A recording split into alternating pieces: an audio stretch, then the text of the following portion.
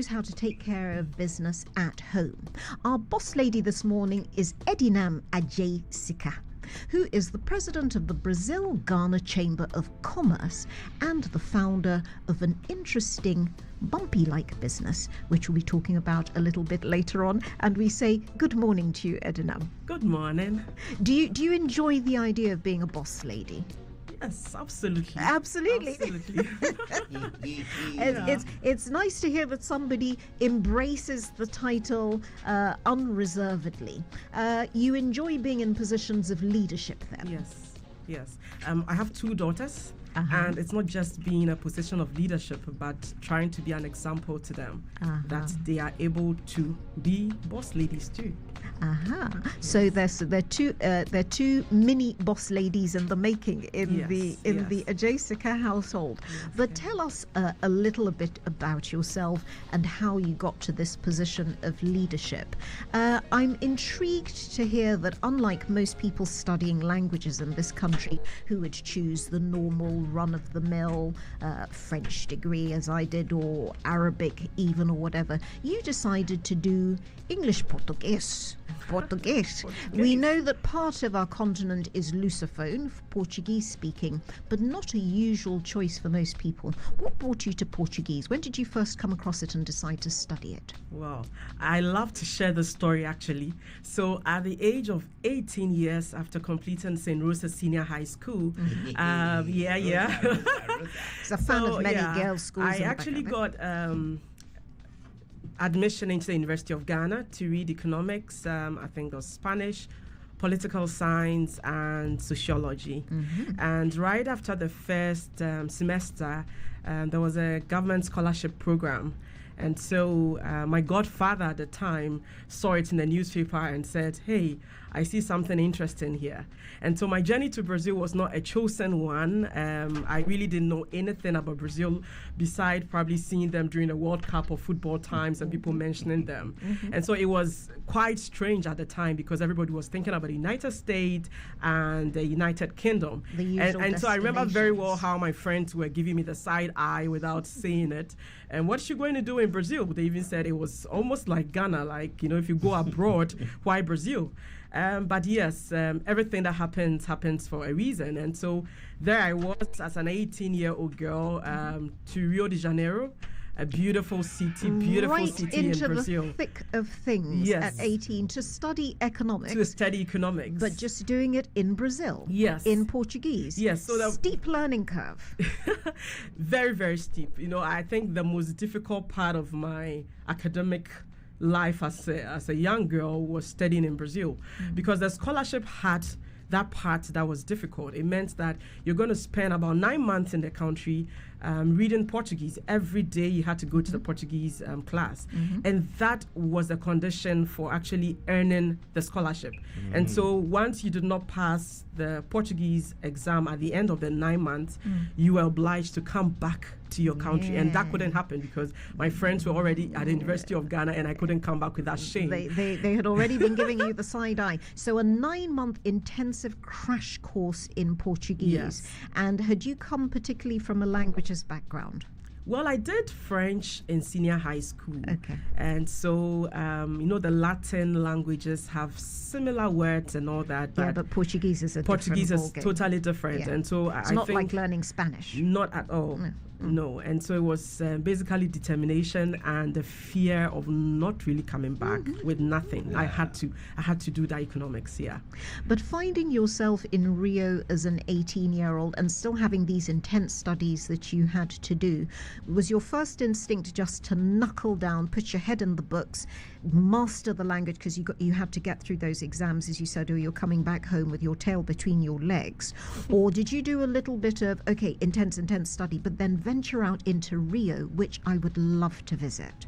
Yeah, Rio is it is very, very beautiful. But like you said, I had a mission.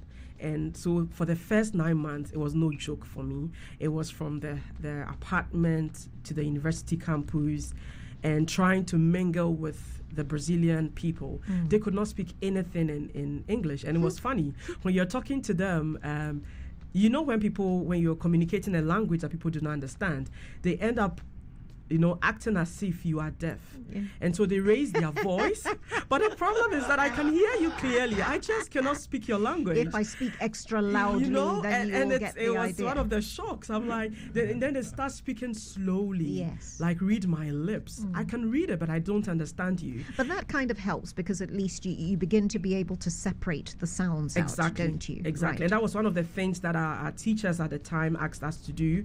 And, we went like a group of Ghanaians. And so if you're not lucky, you end up still speaking your Twi and your English, and it will not emerge in the language. And so you have to be part of a community. So we made friends on campus, because it was a university campus that had Brazilians studying other courses. And so you try, and they also wanted to learn English. And so you try to be, that foreigner who speaks English, just so you're able to practice your Portuguese. There was a little bit of give and take, so they could practice their English on you and you could practice your Portuguese on them. Absolutely. So it seems like determination took you through the language barrier, and then you had the intellectual barrier of that economics degree. But did you do the full undergraduate degree course then in Rio de Janeiro? Yes, I did. I did at the Federal University of Rio de Janeiro, which is one of the best. So I am in Brazil. The government universities are actually like the top. Sure. That's the dream university. So the Federal University of Rio de Janeiro is one of the topmost universities in Brazil. And for economics, that was like everyone looking at me and wondering, how did you get here? Because they have a very tough internal examination for Brazilians to actually get a vacancy and get to study at that university. So it was tough. And for me, economics, I loved economics in senior high school. And like I said, in the University of Ghana, I had gotten admission to the economics. But economics being read in Portuguese was something else. On a different level. Was on a different level. It's like feeling all your life that you're a shark until you get to somebody's country. And in a statistics class, I remember I had a professor who was not even Brazilian. He was from Chile. And so he spoke something we call Portuñol, which is like somebody who speaks Spanish, learned to speak Portuguese, and they are so similar. And so when they are speaking, you barely know what they are saying. And I'm always seated on the front row, and I'm listening. So I would wait and sometimes take the notebooks of my classmates to reread.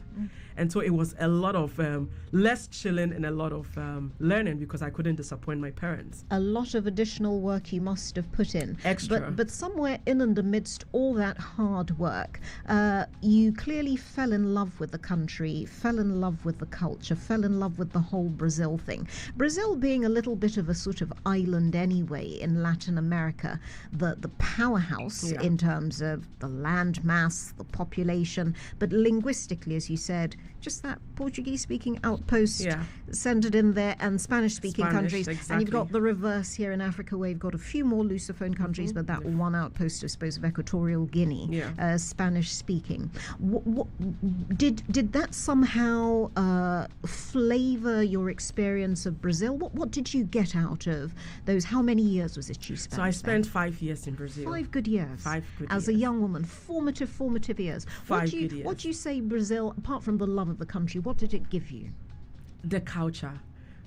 I mean, the Brazilian people are beautiful people, and they are so similar to us, And before I left for Brazil, I think reading on some of the similarities between the two countries, I remember like a town like Jamestown, where we have the Tabon communities who are like the Brazilian returnees. Excuse me, here we say Tabon. Oh, but okay. Tabon. I say Tabon. Tabon. Yes. So the culture is so similar. So even the food. So we have basically almost everything, but eaten in a different way. And I think that aside Nigeria, Brazil actually has one of the, I don't know if the second or the third largest population of blacks people in the world. And so, I always say that when I'm walking the street of Brazil, until I open my mouth, I could be a Brazilian because of the way they are just mixed. And because of the relationship we have, especially with some of the Lusophone countries in Africa. So there was a large population of the Angolans, Sao Tome, Cape Verde. And so it was a very beautiful mix. Even as Africans, I had not met these other African people. And I realized how diverse we were. Yeah. And it was a good opportunity also to speak about Ghana, because even as at then, people still had this whole idea of Africans living on trees. And I remember very well sometimes when I couldn't take the joke. I mean, I called it a joke, but it was seriously like, naive. I would respond to some of the things, do you have jeans? Like, do you wear jeans trousers in Ghana? I'd be like, oh, no. Like, we're naked, walking on trees. We wear lion skins. Yes. But it was a good, because even Brazil as a country, each part of it was different. You go to the southern part that is probably close to Argentina, and they are a totally different group of people in terms of their color, their culture is totally different. You go to Bahia, for example, and you think that you're in Nigeria, where they even have some of the Nigerian traditional food, and we have the ladies that that dress up in the white. I don't know how we call them around here. With the beads, the beads, and they do the whirling dancing and the chanting and the so beaches. These are traditional people, and so it was a great experience. Olodun culture, as I would call it. But you're sitting opposite one of the Tabombi, in the person of Kweku Intra-Addo, descendant of emancipados who made their way to Ghana via Nigeria. Did you know that? No. Oh, and your friend has been hiding stuff from you. One of those people, and as you say, your 5 years in Brazil, opening your eyes to Africa in ways that you hadn't been able to open them up to here in Ghana. I wanted to ask you about the Nigerian thing, because obviously the Yoruba cultural link is very, very strong. It permeates the music, their traditional religion, their, if you want to call it, animism, the rhythm, the sounds, everything. But you say it still you felt at home in it. You just sort of took to it like a duck to water. Absolutely. It felt like home. It felt like home, especially the food. And so let me just give you an example of beans. Pork, beans. And even pork. So you take even as simple as beans. So they have this black beans, they call it feijão. And there's a typical beans meal that they do called feijoada. Very, very nice. So the Tell idea us what's of it. In feijoada. So feijoada will have all the parts that on a normal day I wouldn't eat. So the ear, all the parts. But that was supposed to have been like a slave food. Right. So put everything inside. So you have the beans being cooked, they throw in all the parts. And I would believe that those were the parts that their masters did not like and gave to them. And so in that pot of feijoada, you have a whole lot of, now they'll probably add some sausage, some, a whole lot of proteins mixed up. But now that is a typical, high-class food in Brazil. Oh, yes? Yes, so on Sundays, together with some caipirinha, and then you get some samba by the beach, and that's it. It was a... It was a great experience. So that is it. We have the beans, and the farofa is like what we call gari here. Cassava flakes. Excuse me. Gari, yes. So yes. Can you not call it that? So the cassava flakes, the farofa. So it's the same thing. Is that you take the cassava flakes and they put in some eggs and then maybe some butter and they mix it up. And so you'll be seeing it like what we call, I don't know if you want me to say cassava flakes mixed or garifoto. Garifoto. Okay. Garifoto. So something similar to that, but I think our garifoto has the oil, but they don't put the oil inside, and it's something that they absolutely, and the meat. They're heavy on the meat. Yeah, they don't need all the spices that we use. There's nothing like ginger going in there, but that's like a high quality meat. That you be tasting. You'll with just be tasting salt. The real meat itself, and not the Maggi on top of the meat nothing or anything like that. Yeah. So proper food. So clearly you had a fantastic time. The food, the atmosphere, the weather, the music, the everything. Yeah. And then though you come back to Ghana and spend a little time working with the economics, I believe. When you came back as was a young returnee with caipirinha in her blood and returning to the work environment over here. Did you spend some time here, or did you not stop over at all, just go straight over to the United States? Because I believe you did some postgraduate at the University of Tuskegee in Alabama. Yes, I did. So I spent probably between May till December in Ghana, and within that period I went to Alliance Française to start doing some French. I didn't want my French to go away, and I realized that it was so difficult to remember because now I was thinking, dreaming, everything was in Portuguese. So I went to Alliance Française and I did a little bit of French, and then I ran to the US to do my postgraduate degree, and then rushed right back to Ghana. So economics was very much the path for you that you had set yourself. Where did you have un revirement, I think, as the French call it, and decide to, after a period, I think when you came back, you were working as head of international cooperation at the Brazilian embassy. So presumably using your economics must be in a trade-focused role.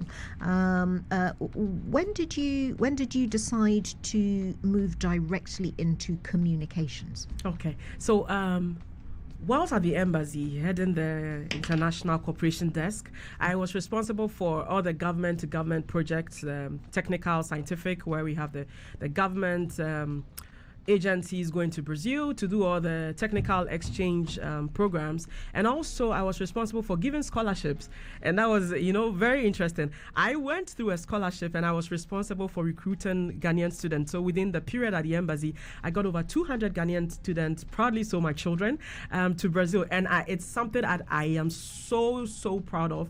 These were people that sometimes if they had actually stayed in Ghana, because we're not using the WASI results, we're using their transcript whilst in senior high school. Right. And so I had people who came and wouldn't have gotten into any university in Ghana, and now they are doing engineering.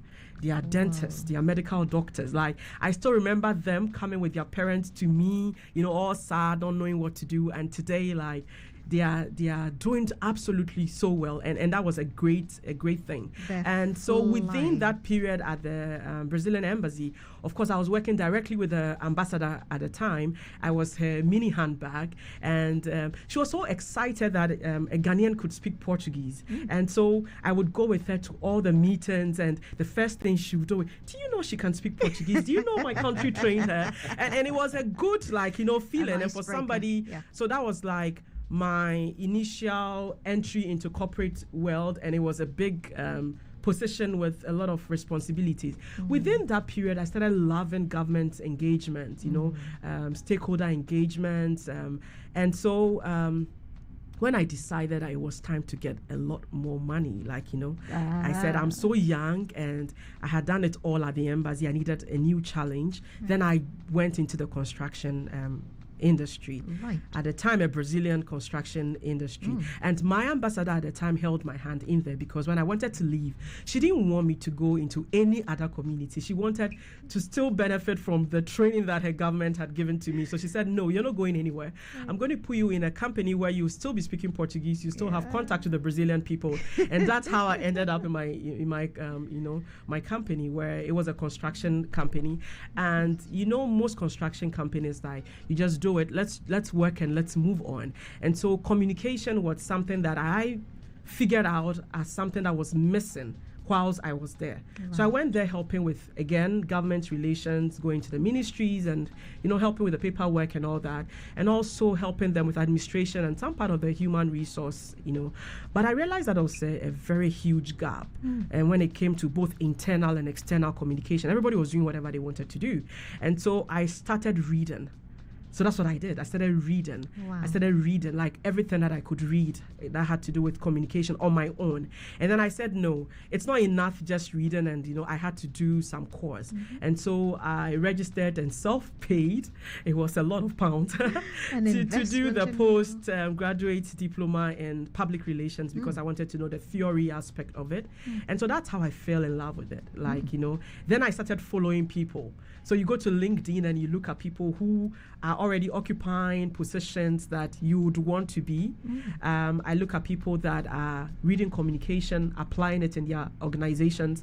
And the thing about it, we didn't have a lot of people in the communication area, but in the construction industry. Because construction was like you have probably 85 to 90% of your people being the field workers, and that's a different dynamic. So I decided to continually improve myself, join associations. So I'm part of the Women in PR Ghana. Indeed, you're head of events with Women in PR Ghana. Yes, And in addition to the extra qualifications, you've got to remember the Chartered Institute of Public Relations Professionals, and you have made a big investment in addition to the investment of luck that was made of you and gave you the experience of a lifetime, the skills of a lifetime, a combination of mindset and talents that very few other people here in Ghana have. Although you speak with pride, as you said, of the 200 young people you've been able to gift that experience at a formative age, which must be such a wonderful thing for them. So through your work in the construction industry, and of course construction being a major component of trade between Ghana and Brazil. Now, the trade balance has been very much in favor of Brazil. A large proportion of something like 10 times the volume of trade Brazil to Ghana rather than the other way round. But in the past year, it seems the balance has begun to revert, and Ghana's trade going up for between 2022, I was reading something like $10 million worth of exports from Ghana to Brazil, but the following year in excess of 520 million. What's accounted for this leap, and where did the Ghana-Brazil or Brazil-Ghana Chamber of Commerce come into all this? Okay, so first of all, of course, with a love for Brazil, and I like that you have these numbers, and thinking that there's a lot more that can be done, and this trade balance can actually not necessarily go in favor of Ghana, because Brazil is like, how many times? Ghana is like 33 million, and Brazil is about 200 and, yes, but we could actually get closer, and that will mean that broadening the base of our transactions or relationship. And so you realize that we are probably doing more of all the protein and the chicken and all that coming from Brazil. And when it comes to Brazil, I think they are doing more of the petroleum side, important from Ghana. But there's so much more that we can do. We have like chocolate, Ghana chocolate. But the thing is that nobody is looking at Brazil that much, It's there, they are doing their thing, but there's a lot more, even in terms of tourism, in terms of cultural exchange. Absolutely. So years ago, Olodun was in Ghana. It was beautiful. They came to Ghana. Whoa. And then they came at a time that was having one of their Akwisidais. And so imagine Olodun there in Kumasi, and during the whole, festival, we have them playing all our cultural drums, and they do a similar thing. And so I'm imagining Olodun coming again 1 December and being in Takoradi. They will just blend in so beautifully. And so these are the things and the reasons why the chamber was actually founded, so that it will bridge the gap between Brazil and Ghana beyond just trade. Well, when did it start up, and how did it come about? Okay, so the chamber was inaugurated on the 1st of August, just recently. This year? Yes. Oh, wow. But it had been registered since 2016, and that was because I had a vision, but I didn't know how, and I realized I needed the experience. And so it was a little baby that was just in the incubation stage. And then on the 1st of August, by which time I had spoken to all the stakeholders, and so we have the Ghana ambassador in Brazil being a patron to the chamber. We have the Brazilian embassy coming on board and actually has a representative from their trade department as part of the executive council of the chamber. And so this was the time. And over some years, you probably think maybe 8 years ago, there was an influx of a lot of Brazilian companies, especially in the construction industry here in Ghana. And so you look at the Kumasi KJTR market, it was built by a Brazilian construction firm. The Ghana Armed Forces, it was renovated at Burma Camp, and it was done by a Brazilian construction company. And so and then all of a sudden things, went down.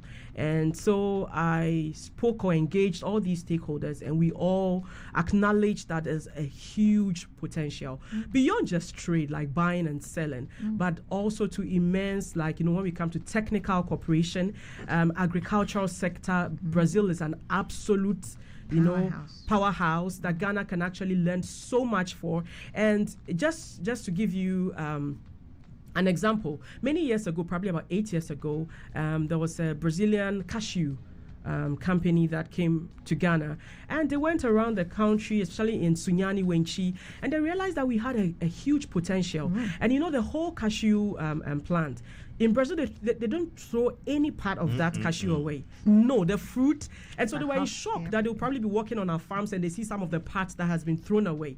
And they're like, goodness, this is like good quality. And so, to balance up, they buy the seasonal difference, because they will be exporting to Europe. And so smartly, they come to Ghana and then they establish a factory. So they do buy, and now they are processing from Ghana at Pram Pram. Oh, wow. And that's brilliant. And so there are such experiences like the rice production, for example. I know some years ago there was another company at Sugakope that they were trying to help with the production of our local rice. And so these are the things that we need to look at, the technical know-how, the exchange. Exactly. And so this is one of the reasons why the chamber was started. A lot more beyond our massive exports or imports of raw sugar from Brazil. But one of the tabum being the person sitting opposite you, I'm sure has plenty questions over and above clapping for beans and feijoada. Oh, yeah, you've got to. I'm on a seafood diet. When I see food, I eat.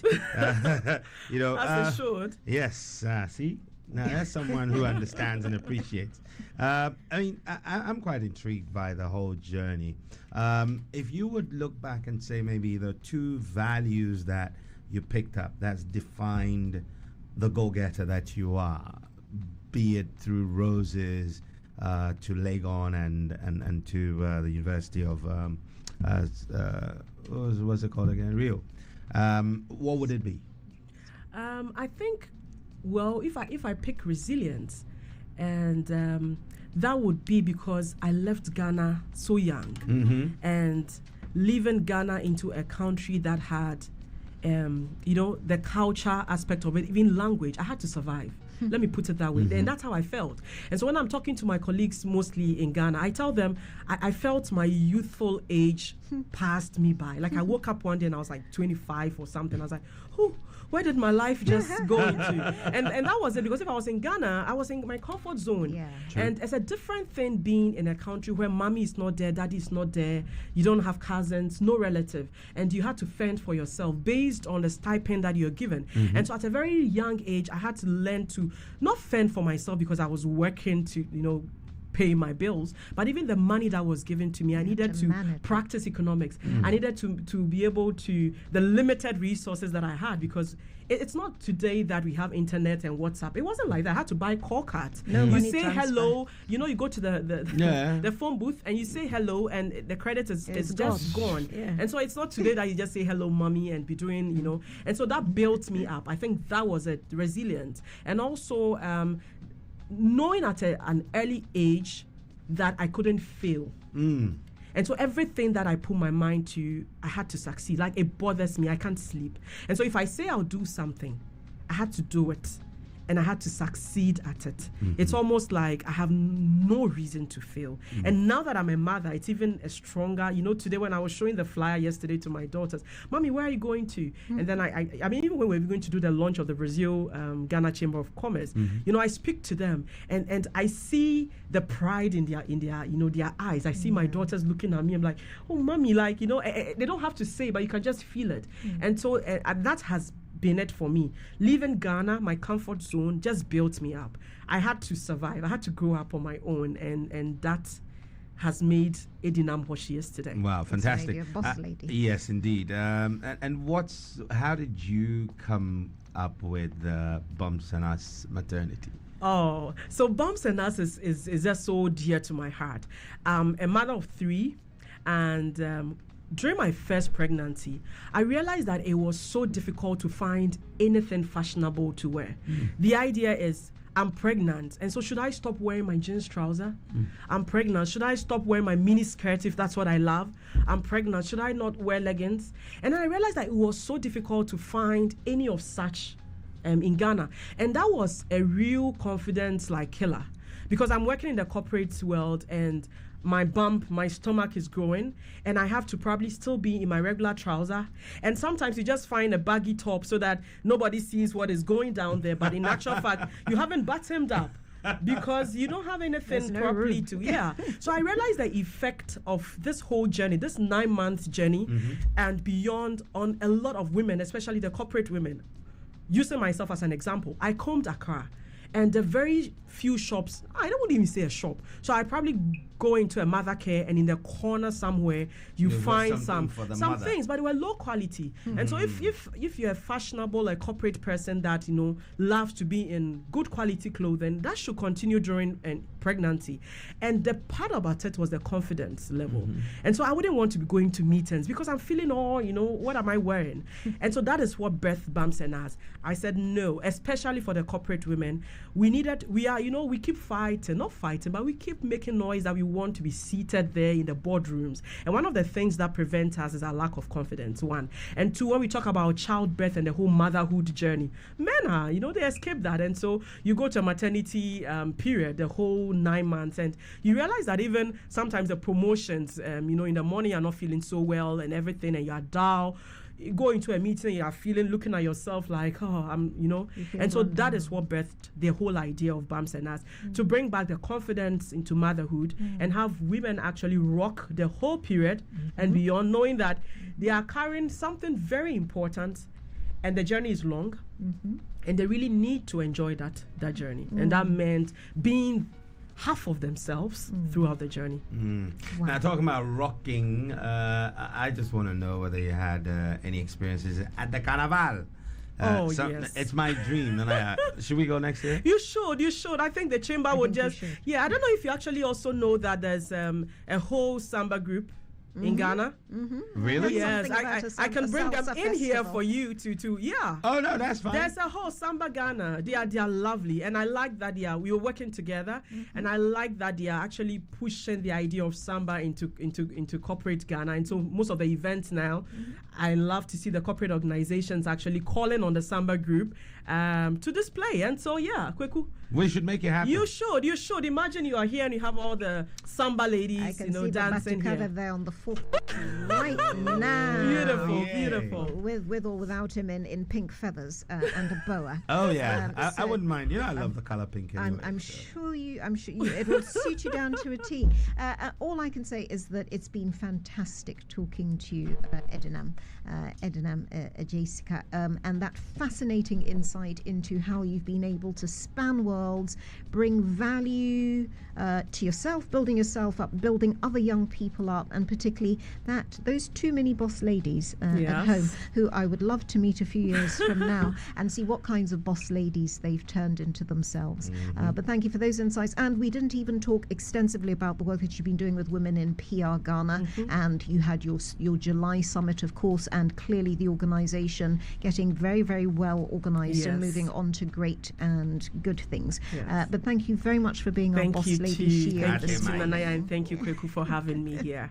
It's been a fascinating conversation, and I want to come to you for language lessons later on, because I'm going to start mine now. I feel I was Brazilian in my childhood, and somebody got lost in the way. That was Edinam Adjei-Sika, who's the president of the Ghana-Brazil Chamber or Brazil-Ghana Chamber of Commerce, and the founder of Bumps and Us Maternity, telling us about her transcultural journey and the wonderful things that have gone into making her the boss lady that she is today. Stay tuned to the Asaase Breakfast Show, but now a word from our sponsors.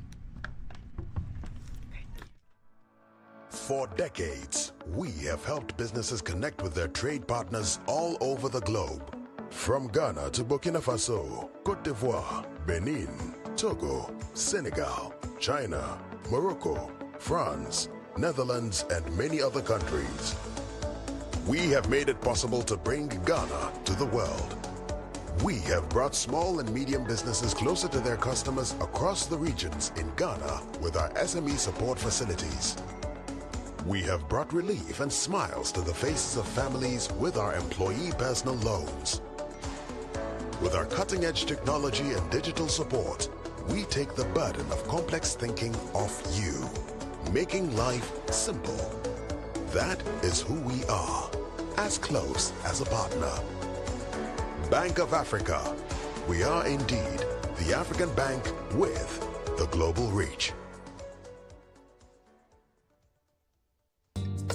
The era of playing small is officially over. It's time to scale up and evolve. It's time to connect with opportunities that unlock bigger possibilities. Whether you're a startup with a big idea or a company ready to shake things up, Telecel is your partner. This is a world where partnerships thrive, visions become reality, and goals are achieved. We turn sparks into flames, dreams into realities, because when energies connect, incredible things happen. Transform your business idea